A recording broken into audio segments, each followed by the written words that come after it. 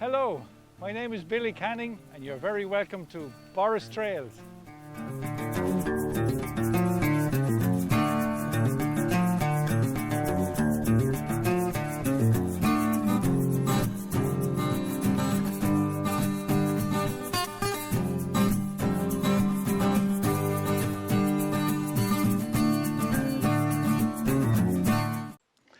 Well, hello everybody, and you're very welcome back to episode 4 of Borris Trails. Today we're leaving Borris and we're climbing that big mountain up there at 735 metres. The Blackstairs mountain is the second highest peak in the Blackstairs range, the other being the slightly higher Mount Leinster. Unlike Mount Leinster, the Blackstairs mountain doesn't have a paved road to the top. We're going to follow for part of our journey today what remains of the old Wexford Road, a road that linked Carlow and Wexford over the mountain. We'll make our way along the southern ridge line of the mountain to the summit and descend the northern Sculloch Gap side. Our trail will begin in Knock, 9 kilometres from Borris.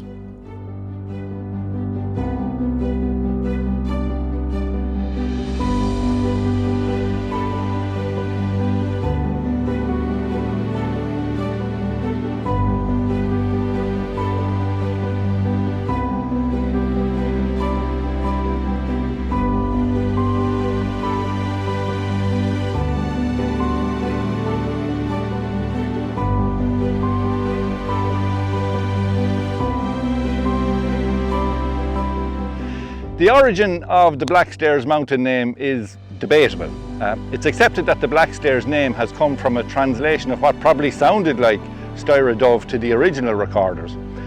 Locals knew it as the similarly sounding Storadove, translated as the Black Peak, differentiating it from the nearby White Mountain over here, but also perhaps referring to its dark bog summit.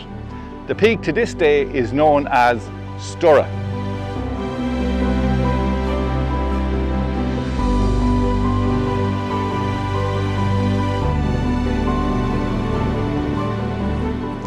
We take a quick detour off the Wexford Road as we pass Price's Stone at Knockymulgurry, a large standing stone thought to act as a route marker at the crossroads of the old Gowland, Wexford and Tower roads.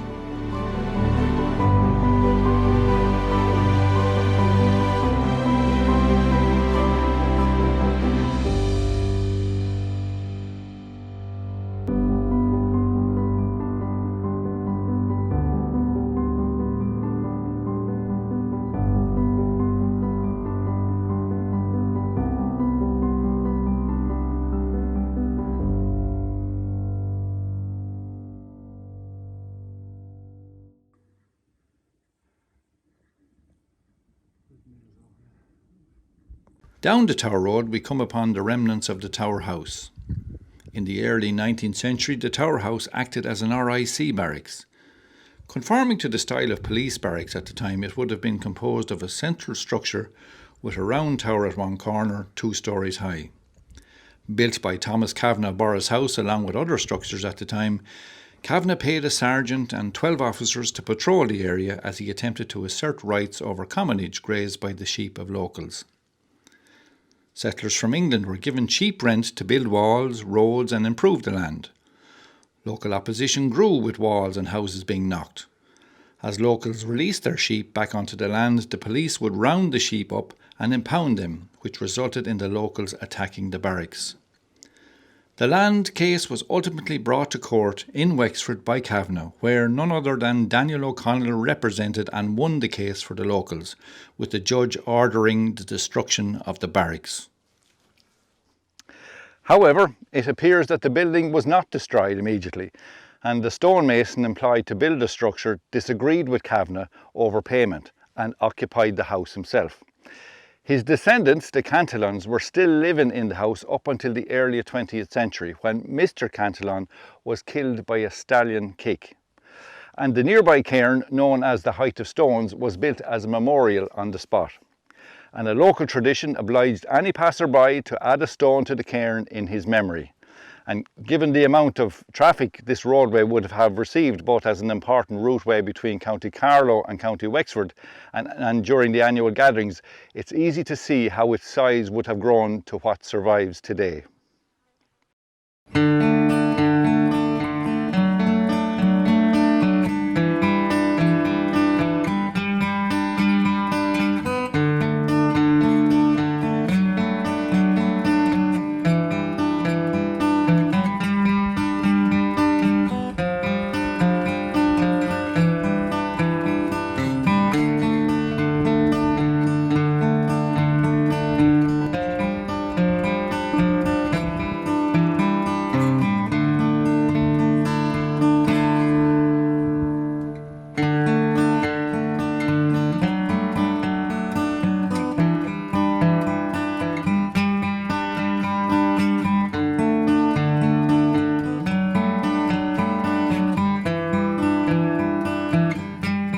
The mountains are of a granite core and rounded peat covered uplands, and it's here two rock types collide, granite and slate rock, and they produce a unique landscape.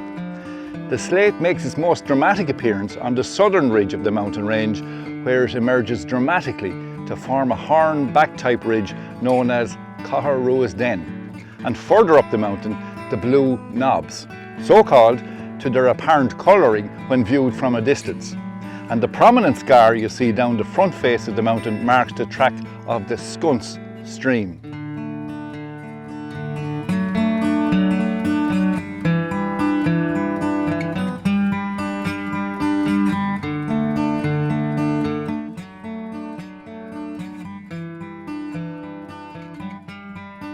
Less than 1/5, 17% of Ireland's total dry heath is found here, along with smaller portions of wet heath. Lingheather is predominant, but you will also find matgrass, crowberry, bilberry, bellheather, cross-leaved heath, common bent, heath bedstraw, and several moss species. Bird species include golden plover, hen harrier, merlin, peregrine falcon, and small numbers of red grouse. Wheatear and stonechat breed here, while kestrels hunt over the mountains.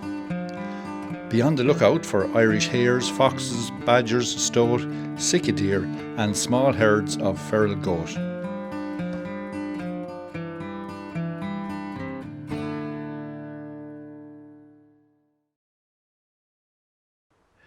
We're now at the Coolia Gap, also known locally as the Meeting, where in times past a pattern or pilgrimage was held every summer to facilitate, God help us, matchmaking between the two counties.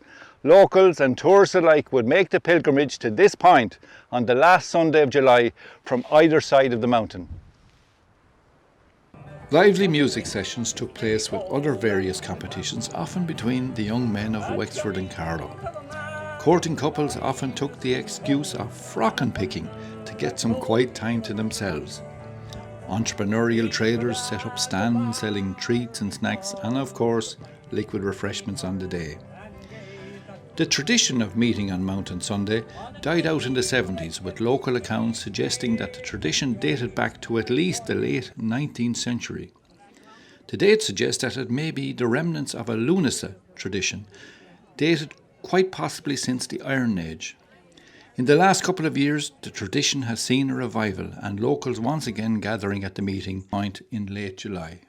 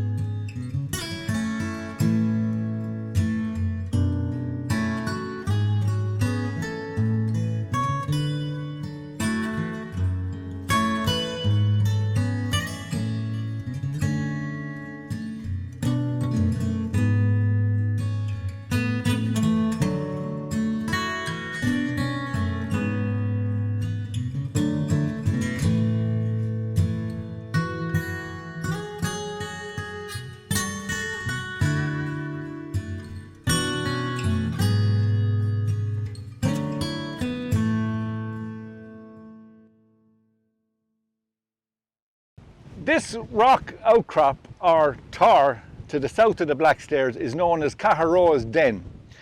Caharo, or the Red Outlaw, was Cahar na Gopal of the O'Dempsey family in Laois.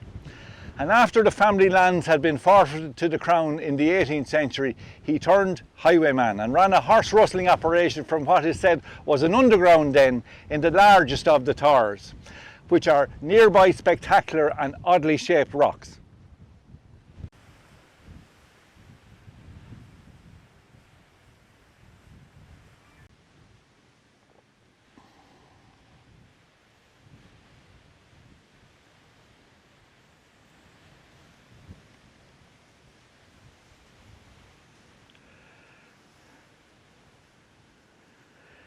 Caharo was an expert in hiding horses, disguising them, selling them at distant fairs, and getting money too by finding lost animals. His organisation had ramifications through a large part of the country, but especially in the lands through which the Barrow flowed. The country people were sympathetic to him and enjoyed the stories of his adventures and his ruses. He was, however, sadly finally brought to trial and hanged at Maryborough in August of 1735. Local tradition says that the den on the slope of the Blackstairs was one of his hiding places, and that its passage leads down into caverns where treasure is hidden. But few have been foolhardy enough to seek it, and the entrance has been blocked up to prevent the mountain sheep from falling down into it. Some say that it is in Caharo's memory that the mountain pattern is held.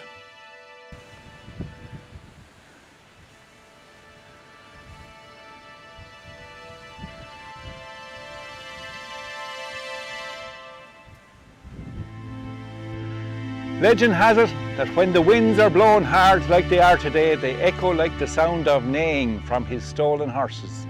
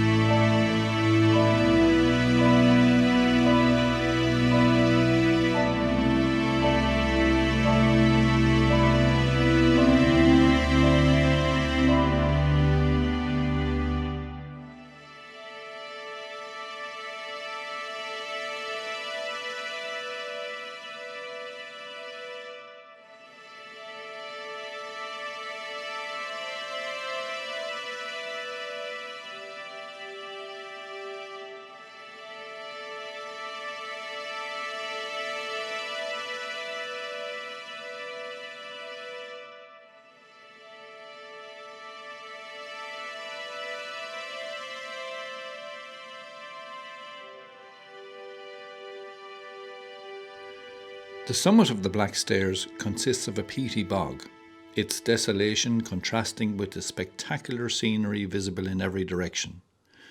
We can see nearby Knockrow and Mount Leinster to the north, and the whole of County Carlow and most of Kilkenny is also visible. To the right of the White Mountain we can make out New Ross, Waterford and Tramore, whereas on the left side we can also see Our Lady's Island, Rosslare, Wexford, and the coastline up as far as Gorey. Spectacular scenery. Well, here we are at the summit of the Blackstairs, all 735 metres of it. And over here to my right, you can look right down the street in Borris. And then if you pan over here over to the left, we have Mount Leinster. In 2011, a deer trap was unearthed after becoming partially exposed at the summit here. An investigation and carbon dating by the National Museum date the trap back to beyond 200 BC.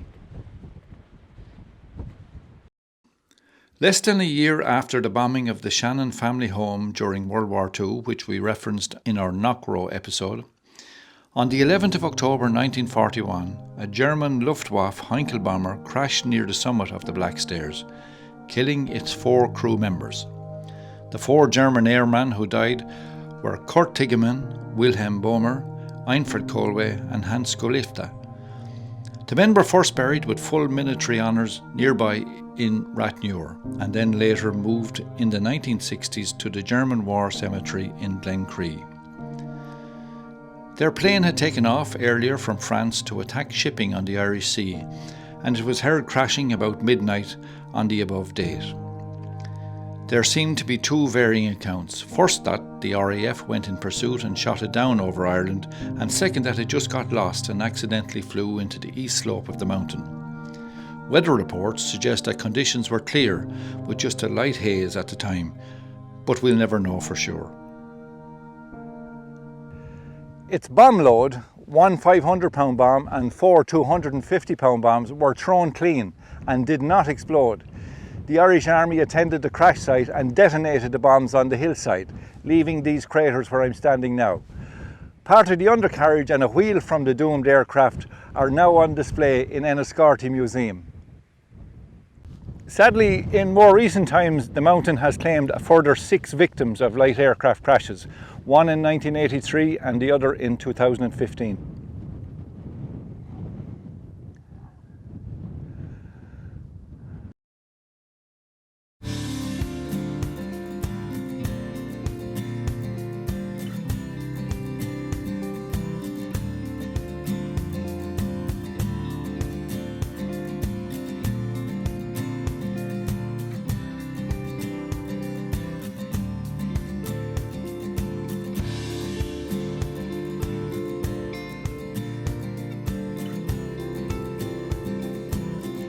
We're making our way down from Sturrid down the north slope of the mountain.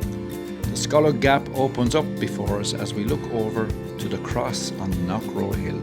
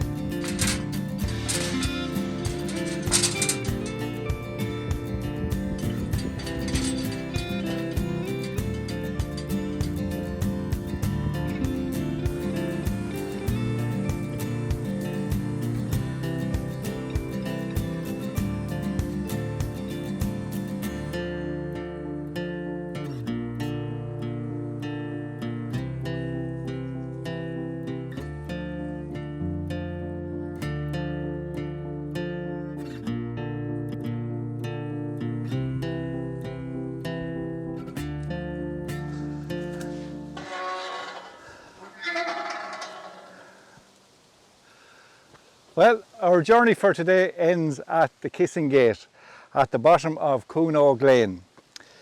Thanks for joining us on our trail. Please remember, when trail walking, weather can change quickly in the mountainous areas, and the Blackstairs is no different. Always check the forecasts, tell people where you're heading, bring plenty of water and snack, dress appropriately, plenty of layers and good hiking boots, and prepare for all eventualities. Most of all, enjoy the trails, because we sure have some good ones around Borris.